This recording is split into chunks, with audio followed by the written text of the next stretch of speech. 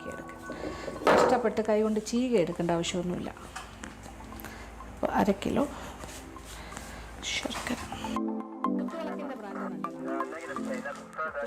ബ്രാൻഡാണ് 250 ഗ്രാമിൻ്റെ ഒരു പാക്കറ്റ് വാങ്ങിയിട്ടുണ്ട്.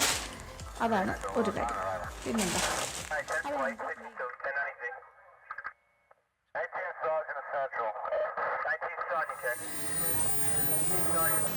നമസ്കാരം സാറേ.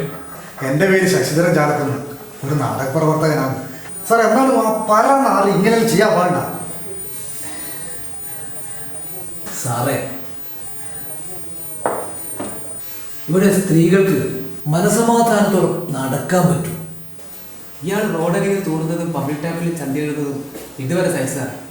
നിങ്ങളയാളെ തല്ലിയോ? പൊതുസ്ഥലത്ത് വെച്ച് മറ്റേ പരിപാടി ചെയ്ത് പിന്നെ എന്താ ചെയ്യേണ്ടത് സാറേ? നിങ്ങൾ 4 പേരല്ലാതെ വേറെ ആരും അപ്പം ഇവിടെ ഉണ്ടായിരുന്നു?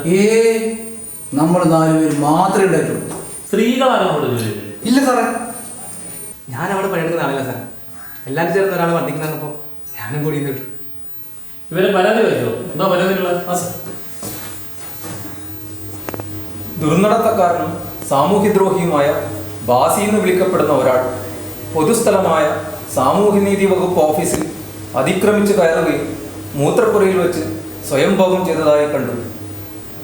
സമൂഹത്തിന് നിരക്കാത്ത തെറ്റ് ചെയ്ത ഈ ക്രിമിനലിനെതിരെ നടപടിയെടുക്കണമെന്ന് വിനീതമായി അപേക്ഷിക്കുന്നു.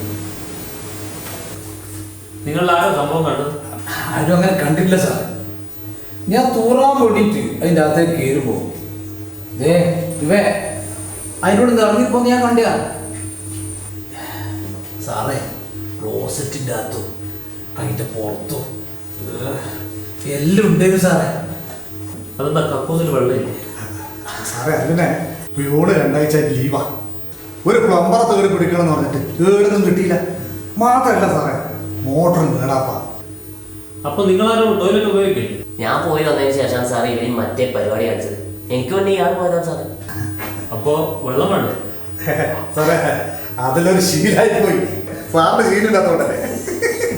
അപ്പൊ ചന്തി എഴുതലൊന്നും ഇല്ല അല്ലേ? അവർ 5 മിനിറ്റ് പുറത്തിറങ്ങിയെന്ന ഒഴിച്ചിട്ടുള്ളൂ.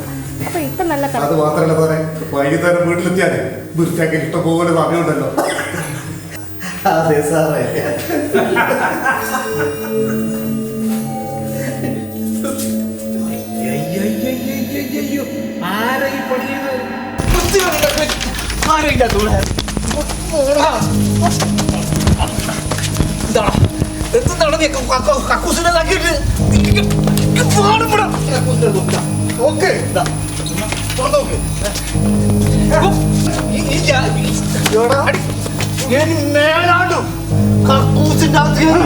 വൃത്തികെട്ട പണിയെടുത്താൽ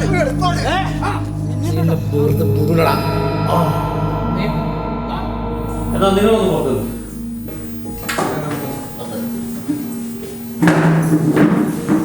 അയാളെ വിളിക്കും.